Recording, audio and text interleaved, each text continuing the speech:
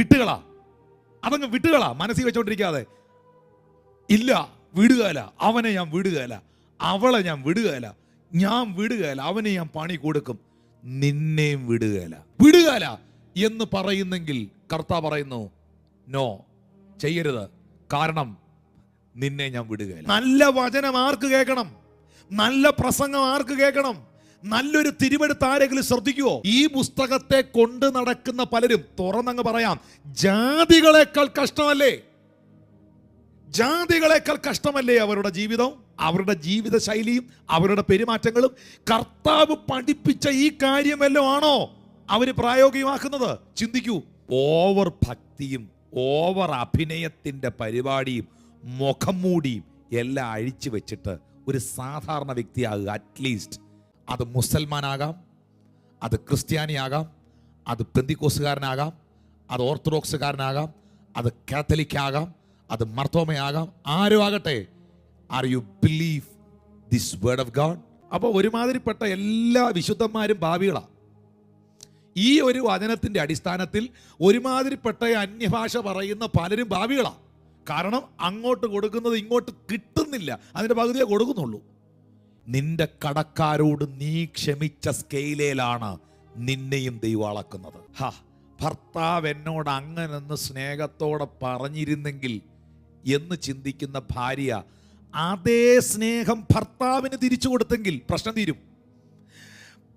ഭാര്യ എന്നോട് ഇങ്ങനൊന്ന് പറഞ്ഞെങ്കിൽ, എന്നെ ഈ നിലയിലൊന്ന് സ്നേഹിച്ചെങ്കിൽ എന്ന് ചിന്തിക്കുന്ന ഭർത്താവ്, എൻ്റെ വീടിൻ്റെ പ്രതിഷ്ഠയുടെ അന്ന്, ഭവന പ്രാർത്ഥനയുടെ അന്ന് എനിക്ക് പുള്ളിക്കാരി മേടിച്ചുകൊണ്ട് വന്നത് ഒരു ഡിന്നർ സെറ്റാണ്. അവൾക്കും വീട് വെക്കുമ്പോൾ ഒരു ഡിന്നർ സെറ്റ് മേടിച്ചു കൊടുക്കണം. എൻ്റെ മോളെ കെട്ടിച്ചപ്പോൾ എനിക്ക് അന്ന് അവൾക്ക് കൊടുത്തതൊരു വാച്ചാണ്. അവിടെ മോളെ കെട്ടിക്കുമ്പോൾ ഒരു വാച്ച് മേടിച്ചു കൊടുക്കണം. എനിക്കെന്ത് ഇങ്ങോട്ടിട്ടോ അതേ ഞാൻ അങ്ങോട്ട് ഇടൂ എന്നല്ലേ വലിയ വിശുദ്ധരും പറയുന്നത്. പക്ഷേ അങ്ങനെ ചെയ്യാനാണോ കർത്താവ് പഠിപ്പിച്ചത്? വിധിക്കരുത്, എന്നാൽ നിങ്ങളെയും വിധിക്കില്ല. അവരാ വിഷയത്തിൽ വിജയിക്കും, പക്ഷെ ജീവിതത്തിൽ വിജയിക്കില്ല. ജയിക്കാനായി വിളിക്കപ്പെട്ട ദൈവമക്കളുടെ ജീവിതത്തിൽ ഏറ്റവും പ്രധാനപ്പെട്ട ഒരു കാര്യമുണ്ടാകേണ്ടത്, മനുഷ്യർ നിങ്ങൾക്ക് ചെയ്യണമെന്ന് നിങ്ങൾ ഇച്ഛിക്കുന്നത് പോലെ തന്നെ അവർക്ക് ചെയ്യുവിൻ. ഈ ലോകത്തിലുള്ള ഒരുമാതിരിപ്പെട്ട എല്ലാ പ്രശ്നങ്ങളുടെയും പരിഹാരമാണ് ഈ വാക്യം. കേരളത്തെ പ്രതിനിധീകരിച്ചുകൊണ്ട്, ഇന്ത്യയെ റെപ്രസെന്റ് ചെയ്തുകൊണ്ട് ഒരു മത നേതാവ്, ക്രിസ്ത്യാനിയല്ല, പേര് പറയാൻ ഞാൻ ആഗ്രഹിക്കുന്നില്ല, ഒരു മത നേതാവ്, ഉലകത്തിലെ എല്ലാ മത നേതാക്കന്മാരും പങ്കെടുത്ത ഒരു സമ്മേളനത്തിൽ, അമേരിക്കയിൽ നടന്ന ഒരു സമ്മേളനത്തിൽ ഈ ഇന്ത്യയെ പ്രതിനിധീകരിച്ചുകൊണ്ട് ഈ മത നേതാവ് ചെന്നിട്ട്, ആ വ്യക്തി ക്രിസ്ത്യാനിയല്ല, ആ വ്യക്തി ആ മതസമ്മേളനത്തിനകത്ത് എടുത്തുദ്ധരിച്ച വാക്കാണ് ലൂക്കോസ് 6:31. ഭയങ്കര കയ്യടി കിട്ടി അവർക്ക്, ഭയങ്കര കയ്യടി കിട്ടി. എന്താ അവർ പറഞ്ഞതെന്നറിയാമോ? യേശു പറഞ്ഞ വചന, മനുഷ്യർ, മറ്റൊരു ഭാഗത്തിൽ പറയുന്നത്, മറ്റുള്ളവർ നിങ്ങൾക്ക് ചെയ്യണമെന്ന് നിങ്ങൾ ആഗ്രഹിക്കുന്നത് പോലെ നിങ്ങൾ അവർക്ക് ചെയ്യുവിൻ. അവരെന്നെ ഒന്ന് നോക്കി ചിരിച്ചില്ല എന്ന് പറയുന്നവരുണ്ട്. നിങ്ങൾക്ക് ചിരിക്കാമായിരുന്നല്ലോ. അവരെനിക്ക് കൈ തന്നില്ല എന്ന് പരാതി പറയുന്നവരുണ്ട്. നിങ്ങൾക്ക് കൈ കൊടുക്കാമായിരുന്നല്ലോ. ഞാൻ ആഗ്രഹിച്ചായിരുന്നു എനിക്കത് തരുമെന്ന്, നിങ്ങൾക്ക് കൊടുക്കാമായിരുന്നല്ലോ. ഞാൻ ഉറപ്പായും പറയുന്നു, മറ്റുള്ളവർ നിങ്ങൾക്ക് ചെയ്യണം എന്ന് നിങ്ങൾ ഇച്ഛിക്കുന്നത് നിങ്ങൾ അവർക്ക് ചെയ്യുവീൻ. ഭർത്താവ് എന്നോട് അങ്ങനെന്ന് സ്നേഹത്തോടെ പറഞ്ഞിരുന്നെങ്കിൽ എന്ന് ചിന്തിക്കുന്ന ഭാര്യ അതേ സ്നേഹം ഭർത്താവിന് തിരിച്ചു കൊടുത്തെങ്കിൽ പ്രശ്നം തീരും. ഭാര്യ എന്നോട് ഇങ്ങനൊന്ന് പറഞ്ഞെങ്കിൽ, എന്നെ ഈ നിലയിലൊന്ന് സ്നേഹിച്ചെങ്കിൽ എന്ന് ചിന്തിക്കുന്ന ഭർത്താവ് ആ നിലയിൽ ഭാര്യയെ ഒന്ന് സ്നേഹിക്കുകയും ഒന്ന് സംസാരിക്കുകയും കരുതുകയും ചെയ്തിരുന്നെങ്കിൽ പ്രശ്നം തീരും. കാരണം ഒരു കൈ വീശിയാൽ ശബ്ദം ഉണ്ടാകില്ല, രണ്ട് കൈയും കൂടെ ചേർത്ത് മുട്ടിയാലേ ഒച്ചയുണ്ടാവുള്ളൂ. മറ്റുള്ളവർ നിങ്ങൾക്ക് ചെയ്യണം എന്ന് നിങ്ങൾ ഇച്ഛിക്കുന്നത്, ഈ വാസ്തവമായി ഞാൻ പറയുന്നൊരു കാര്യം, ലോകത്തിൽ മനുഷ്യൻ എങ്ങനെ ജീവിക്കണമെന്ന് ഇത്ര വ്യക്തതയോടെ രേഖപ്പെടുത്തിയിരിക്കുന്നൊരു പുസ്തകം ഉലകത്തിലില്ല, അറിയോ? ഇന്ന് നമ്മൾ കാണുന്ന മഹാമാരി, മഹാവ്യാധി, ഇതൊക്കെ ഈ പുസ്തകത്തിനകത്തുണ്ട്. ഇറ്റലിയിലെ ഒരു സ്ഥലത്ത് ശവങ്ങൾ കൂട്ടിയിട്ട് അടക്കുമെന്നും, തോഫേത്ത് എന്ന സ്ഥലത്ത് ശവങ്ങൾ കൂട്ടിയിട്ട് അടക്കുമെന്നും, അവിടെ അങ്ങനെയൊക്കെയുള്ള പ്രശ്നങ്ങൾ ഉണ്ടാകുമെന്ന് വർഷങ്ങൾക്ക് മുമ്പ് പ്രവചിച്ച പ്രവചനം ഈ പുസ്തകത്തിലോട്ടുണ്ട്. മഹാമാരികൾ കർത്താവിൻ്റെ വരവിനോടുള്ള ബന്ധത്തിലുണ്ടാകുമെന്ന് അന്ത്യകാല ലക്ഷണങ്ങളിൽ ഒരു ലക്ഷണമായി ഈ വേദപുസ്തകത്തിലുണ്ട്. യഹോവയുടെ പുസ്തകത്തിൽ നിങ്ങളൊന്ന് അന്വേഷിച്ചേ, നിങ്ങൾ ചോദിക്കുന്ന സകല ചോദ്യങ്ങളുടെ ഉത്തരം ഈ പുസ്തകത്തിലുണ്ട്. പക്ഷേ ഈ പുസ്തകം എടുത്തവർ ഈ പുസ്തകമല്ലല്ലോ പലരും അനുസരിക്കുന്നത്. ഈ പുസ്തകത്തെ കൊണ്ട് നടക്കുന്ന പലരും, തുറന്നങ്ങ് പറയാം, ജാതികളെക്കാൾ കഷ്ടമല്ലേ, ജാതികളെക്കാൾ കഷ്ടമല്ലേ അവരുടെ ജീവിതം, അവരുടെ ജീവിത ശൈലിയും അവരുടെ പെരുമാറ്റങ്ങളും. കർത്താവ് പഠിപ്പിച്ച ഈ കാര്യമല്ലോ ആണോ അവർ പ്രായോഗികമാക്കുന്നത്? ചിന്തിക്കൂ, ചിന്തിക്കൂ. 32-ാമത്തെ വാക്യത്തിൽ യേശു പറയുന്നു, നിങ്ങളെ സ്നേഹിക്കുന്നവരെ സ്നേഹിച്ചാൽ നിങ്ങൾക്ക് എന്ത് ഉപകാരം കിട്ടും? പാപികളും തങ്ങളെ സ്നേഹിക്കുന്നവരെ തന്നെ സ്നേഹിക്കുന്നല്ലോ. അടുത്ത വാക്യം, നിങ്ങൾക്ക് നന്മ ചെയ്യുന്നവർക്ക് നന്മ ചെയ്താൽ നിങ്ങൾക്ക് എന്ത് ഉപകാരം കിട്ടും? പാപികളും അങ്ങനെ തന്നെ ചെയ്യുന്നല്ലോ. അപ്പോൾ ഒരുമാതിരിപ്പെട്ട എല്ലാ വിശുദ്ധന്മാരും പാപികളാണ്. ഈ ഒരു വചനത്തിൻ്റെ അടിസ്ഥാനത്തിൽ ഒരുമാതിരിപ്പെട്ട അന്യഭാഷ പറയുന്ന പലരും പാപികളാണ്. കാരണം അങ്ങോട്ട് കൊടുക്കുന്നത് ഇങ്ങോട്ട് കിട്ടുന്നില്ല, അതിൻ്റെ പകുതിയെ കൊടുക്കുന്നുള്ളൂ. സ്തോത്രം, അതിൻ്റെ പകുതി പോലും ചെയ്യുന്നില്ല. പലരും പറയാറുണ്ട്, എൻ്റെ വീടിൻ്റെ പ്രതിഷ്ഠയുടെ അന്ന്, ഭവന പ്രാർത്ഥനയുടെ അന്ന് എനിക്ക് പുള്ളിക്കാരി മേടിച്ചുകൊണ്ട് വന്നത് ഒരു ഡിന്നർ സെറ്റാണ്. അവൾക്കും വീട് വെക്കുമ്പോൾ ഒരു ഡിന്നർ സെറ്റ് മേടിച്ചു കൊടുക്കണം. എൻ്റെ മോളെ കെട്ടിച്ചപ്പോൾ എനിക്ക് അന്ന് അവൾക്ക് കൊടുത്തതൊരു വാച്ചാണ്. അവിടെ മോളെ കെട്ടിക്കുമ്പോൾ ഒരു വാച്ച് മേടിച്ചു കൊടുക്കണം. എനിക്കെന്ത് ഇങ്ങോട്ടിട്ടോ അതേ ഞാൻ അങ്ങോട്ട് ഇടൂ എന്നല്ലേ വലിയ വിശുദ്ധരും പറയുന്നത്. പക്ഷേ അങ്ങനെ ചെയ്യാനാണോ കർത്താവ് പഠിപ്പിച്ചത്? 34-ാം വാക്യം, മടക്കി വാങ്ങിക്കൊള്ളാമെന്നും നിങ്ങൾ ആശിക്കുന്നവർക്ക് കടം കൊടുത്താൽ നിങ്ങൾക്ക് എന്ത് കിട്ടും? പാപികളും കുറയാതെ മടക്കി വരേണ്ടതിന് പാപികൾക്കും കടം കൊടുക്കുന്നില്ല. 37-ാമത്തെ വാക്യം ഭയങ്കരമായി ചിന്തിക്കേണ്ട ഒരു വാക്യമാണ്. വിധിക്കരുത്, എന്നാൽ നിങ്ങളെയും വിധിക്കില്ല. ശിക്ഷയ്ക്ക് വിധിക്കരുത്, എന്നാൽ നിങ്ങൾക്കും ശിക്ഷാവിധി ഉണ്ടാകുകയില്ല. അടുത്തൊരു ഭാഗം കേട്ടോണേ, വിടുവിൻ, എന്നാൽ നിങ്ങളെയും വിടുവിക്കും. വിട്ടുകളാ, അതങ്ങ് വിട്ടുകളാ, മനസ്സിൽ വെച്ചോണ്ടിരിക്കാതെ. ഇല്ല, വിടുകയില്ല, അവനെ ഞാൻ വിടുകയില്ല, അവളെ ഞാൻ വിടുകയില്ല, ഞാൻ വിടുകയില്ല, അവനെ ഞാൻ പണി കൊടുക്കും. നിന്നെയും വിടുകയില്ല, ദൈവം നിന്നെ വിടുകയില്ല. അതാ 37-ാം വാക്യം പറയുന്നത്, വിധിക്കരുത്, എന്നാൽ നിങ്ങളെ വിധിക്കയില്ല, ഇല്ലെങ്കിൽ നിന്നെ വിധിക്കുമെന്നാ. ശിക്ഷയ്ക്ക് വിധിക്കരുത്, എന്നാൽ നിനക്ക് ശിക്ഷാവിധി ഉണ്ടാകുകയില്ല. വിടുവീൻ, live with that, forgive that, എന്നാൽ നിന്നെ വിടുവിക്കും. വിടുകയില്ല എന്ന് പറയുന്നെങ്കിൽ കർത്താവ് പറയുന്നു, നോ, ചെയ്യരുത്, കാരണം നിന്നെ ഞാൻ വിടുകയില്ല. ഞങ്ങളുടെ കടക്കാരോട് ഞങ്ങൾ ക്ഷമിച്ചതുപോലെ ഞങ്ങളുടെ കടങ്ങളും ദോഷങ്ങളും ഞങ്ങളോട് ക്ഷമിക്കണമേ.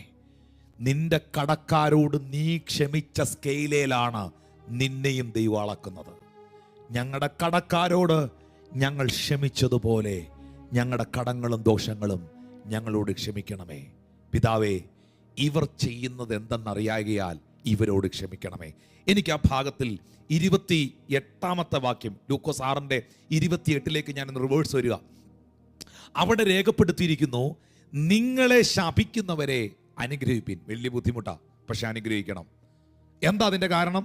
1 പത്രോസിന്റെ ലേഖനം 3-ാം അധ്യായം 9-ാം വാക്യം പറയുന്നു, നിങ്ങൾ ദോഷത്തിന് പകരം ദോഷം ചെയ്യാതെ, ദോഷത്തിന് ദോഷവും ശകാരത്തിന് ശകാരവും പകരം ചെയ്യാതെ, നിങ്ങൾ അനുഗ്രഹം അനുഭവിക്കേണ്ടതിന് വിളിക്കപ്പെട്ടത് കൊണ്ട് നിങ്ങൾ അനുഗ്രഹിക്കുന്നവർ ആയിരിപ്പീൻ.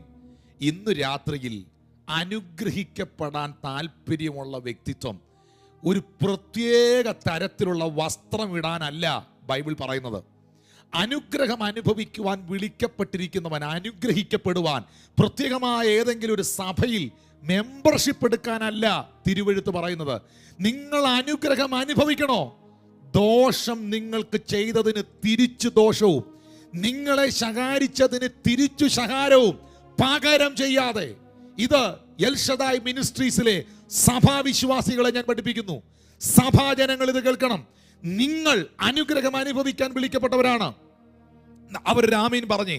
ഞാനും എൻ്റെ കുടുംബവും അനുഗ്രഹം അനുഭവിക്കുവാൻ വിളിക്കപ്പെട്ടതാണ്. തലമുറ തലമുറയായി അനുഗ്രഹം അനുഭവിക്കുവാൻ വിളിക്കപ്പെട്ടിരിക്കുകയാണ്.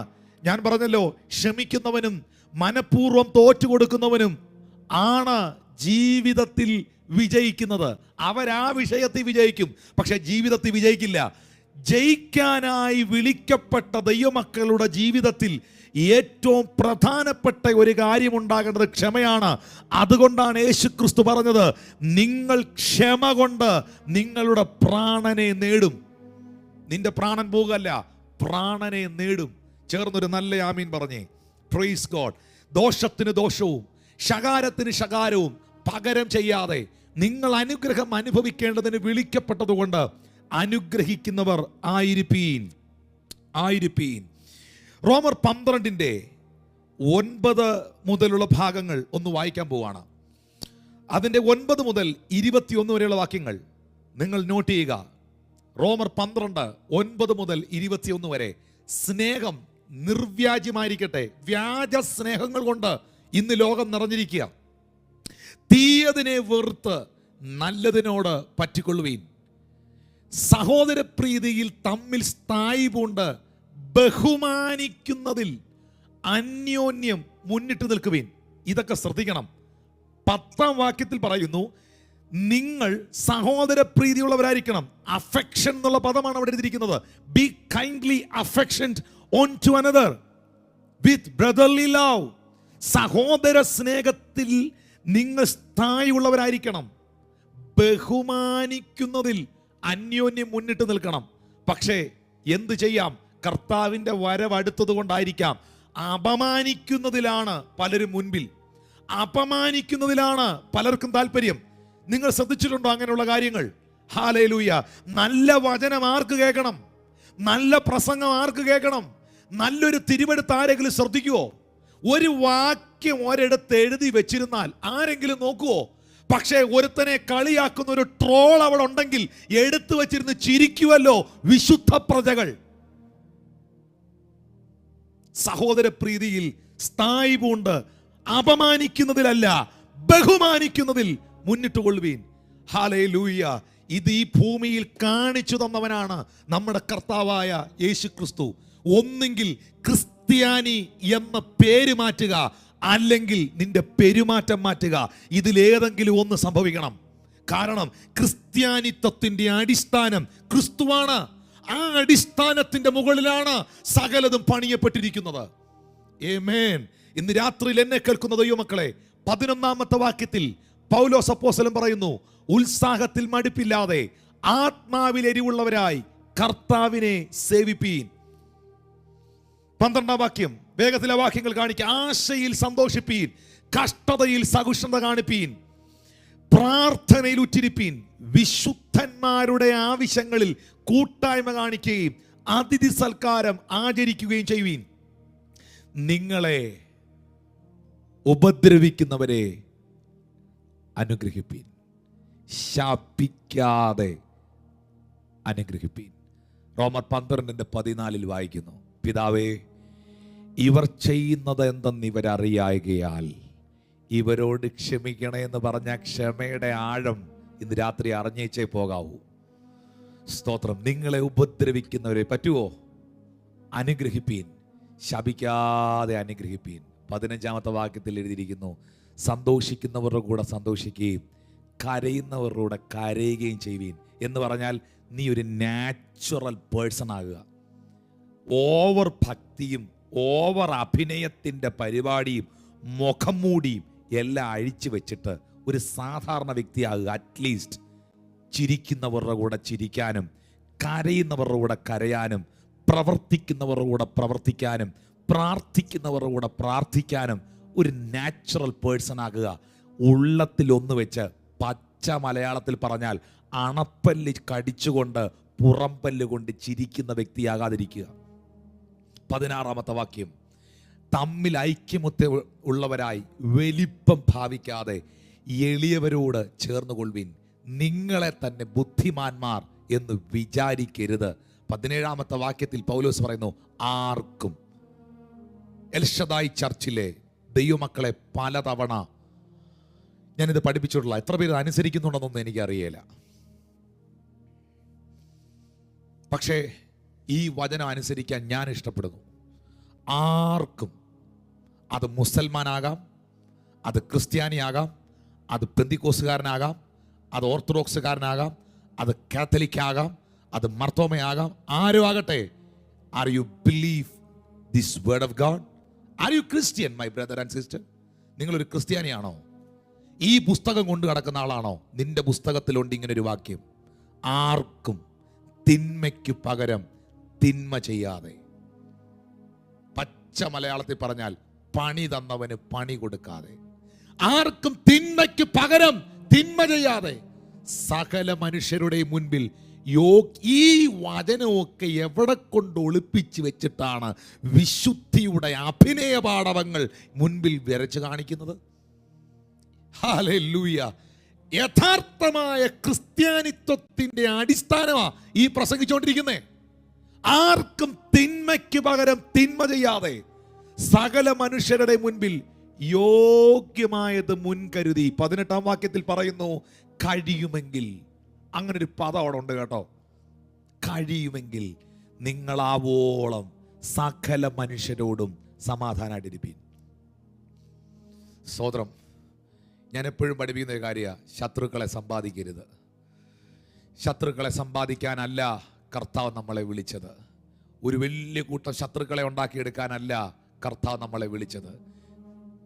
അനീതിയുള്ള മാമോനെ കൊണ്ട് സ്നേഹിതരെ സമ്പാദിക്കുവിൻ. ഈ ഭൂമിയിൽ അനേക സ്നേഹിതന്മാർ, അനേക സഹോദരങ്ങൾ, അനേക കൂട്ടുവേലക്കാർ നിങ്ങൾക്കുണ്ടാകട്ടെ. നിങ്ങളുടെ പേര് കേൾക്കുമ്പോൾ, നിങ്ങളുടെ മുഖം കാണുമ്പോൾ, നിങ്ങളെന്ന വ്യക്തിയെ കാണുമ്പോൾ കയ്പും വിദ്വേഷവും വൈരാഗ്യവുമല്ല പലരുടെയും മനസ്സിലുണ്ടാകേണ്ടത്. നിങ്ങളോടൊരു സ്നേഹം ഉണ്ടാകട്ടെ. അതുകൊണ്ട് കഴിയുമെങ്കിൽ, ഹംബിളായിട്ട് പറയുകയാണ്, കഴിയുമെങ്കിൽ മനഃപൂർവ്വം, മാക്സിമം എന്നൊക്കെ നമ്മൾ പറയത്തില്ലേ, മാക്സിമം നിങ്ങളാലാവോളം സകല മനുഷ്യരോടും സമാധാനമായിരിപ്പീൻ.